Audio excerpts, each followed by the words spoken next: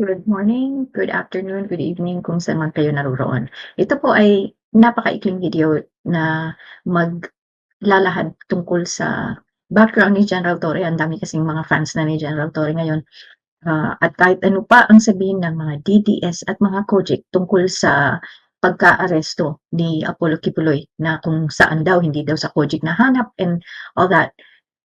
Yun po ay protection lang sa kanilang sarili dahil ayaw nila ma-implicate na sila ay naging, accessory 'no, na nagamit sila sa pagtatago kay Apollo Kibuloy. Isa pa, galit na galit sila kay General Torre kasi this man did not back down in the face of adversity.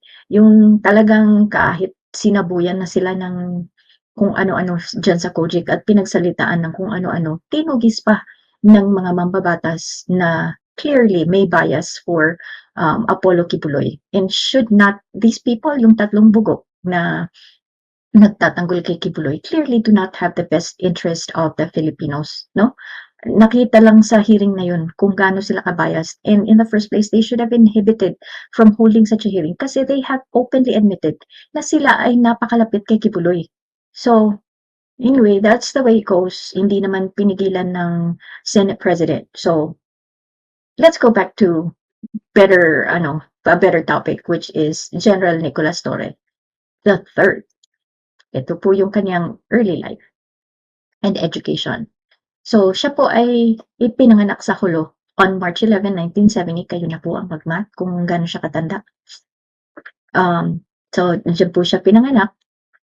But he was raised in Coronadal, South Cotabato. Ayan ang Coronadal on the map. Magaling pala ito. He's intelligent kasi scholar siya ng DOST sa Mapua University in Manila. Tapos, he joined the Philippine National Police Academy, PNPA, no, as opposed to PMA. At siya ay miyembro ng tagapaglunsad class of 1993. So, ang degree niya is public safety.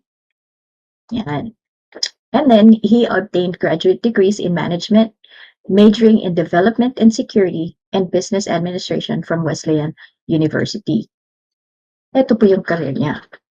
So, former commander ng Samar Provincial Police Office, former Deputy Regional Director for Operations ng NCRPO, National Capital Region Police Office.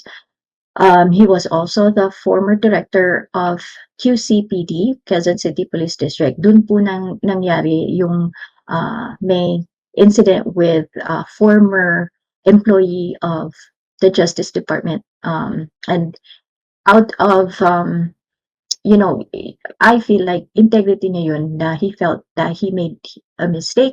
So he offered his resignation pero hindi naman po tinanggap. And so he was just reassigned as former director.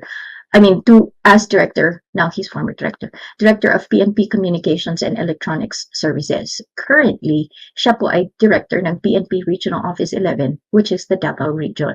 At dito, galit na ang mga taga Davao kasi it was when he got reassigned there na natuklasan nga yung may mga issues with the logbook dyan sa Davao Police Department. Fina-fudge daw yung figures kasi they wanted Davao to look like it was really safe. Kaya nga palaging pinagmamalaki ng mga DDS yan, number one, safe, it's the safest place daw in Southeast Asia. Yung pala, daya pala yung numbers. And it was when General Torre got assigned to Davao kung kailan natuklasan yun. So, there's a lot of reasons why yung mga DDS tsaka yung mga COJIC ay galit sa kanya. And now, as Director of the PNP Regional Office 11, siya yung na-assign para hanapin at to present the arrest warrant to Apollo Kibuloy. So, dun talaga nag-intensify yung galit ng mga DDS at mga COJIC sa kanya. However, now with the arrest of Apollo Kibuloy, it doesn't matter. To me, it doesn't matter where and who he surrendered to. The end goal was always to arrest Apollo Kibuloy, and that was done. So, walang napahiya rito, hindi nag-iisip na mga bashers ni General Torre. So, is he qualified? Kasi maraming ugong-ugong. Nako, sana when si General Marbil the chief of the PNP right now is leaving, he's retiring February 2025. So, pwede daw ba na si Torre na lang ang ipalit? Kasi he seems to have a strong hand. But at the same time, very respectful din siya. Tingnan mo yung pinagdaanan nila dun sa KOJC, eh, okay pa din yung talagang maximum tolerance talaga siya. So, ito po yung mga qualifications para maging isang PNP chief. So, dapat at least the rank of Police Brigadier General. Dapat he's among the most senior and qualified officers in the service.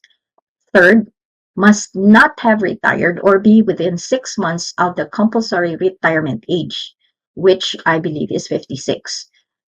Tapos, i-a-appoint yan ng presidente base sa lista na binigay ng NAPOLCOM. He's gonna choose from there. And additionally, the PNP chief is typically a police general, a 4-star general police officer. So ngayon, hindi 4-star rank si General Torre. Disqualified na ba siya to be PNP chief? Not necessarily. Ito nga na-discuss ni Sir JDB na it's actually the discretion of the president. Dun sa live ni Sir JDB na tayo ay napaunlakan at nakapag-collab tayo kay Sir JDB last night. So we were discussing the possibility na siya ay maging PNP chief, and I was wondering kung marami siyang malalaktawan. Sabi naman ni Sir JTP, that has happened before. It's really up to the commander-in-chief, which is of course the president. So according to the PNP manual din, yung holding the rank of Police Brigadier General does not automatically disqualify General Torre from being appointed as PNP chief. Bakit? Typically lang yun na 4-star rank. Ang presidente pa din ang magde-decide. So, yan ang pwedeng overcome niya yung wala siyang 4-star rank with his qualifications, experience, and the president's decision along with the confirmation of the Commission on Appointments. So, ano nga ba ang proseso sa pagpili ng PNP chief? So, meron munang listahan galing sa National Police Commission, no? Yun na nga, ang pinaka-basic lang is Police Brigadier General ka, which he is, si General Torre is that. Tapos, yung presidente will appoint the PNP chief from that list. Tapos, i-confirm ng Commission of Appointments. Pero sino po ba yung mga NAPOLCOM commissioners na maghahanda ng listahan para sa ating presidente? Chairperson is si Secretary Abalos ng DILG. Ang Vice Chairperson and Executive Officer ay si Alberto Bernardo, yan po siya. Commissioner Edilberto D.C. Leonardo, yan po siya. Commissioner Ricardo P. Bernabe III, yan. Commissioner Beatrice Aurora Vega Cancio,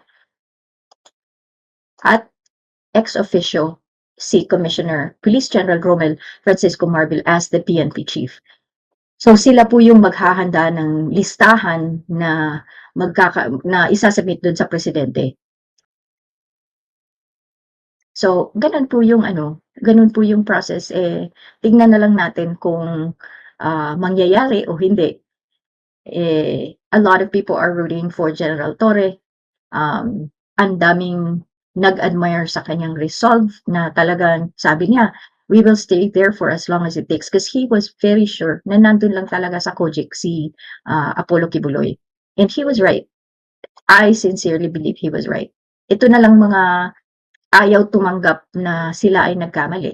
And that goes to show, even Apollo Kibuloy, even though talagang nahuli na siya and all that, parang daga na lumabas sa kanyang lungga, hindi pa rin niya makuha-kuhang maging humble enough to surrender to General Torre.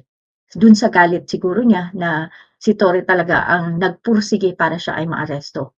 That shows you a lot about a person's character, na in the midst of such circumstances, hindi ka pa rin, you're not able to humble yourself. Kaya, ibang-iba po sa totoong Diyos ang peking Diyos. Thank you for listening and watching. Have a great day, and I'll see you sa live, hopefully. Bye!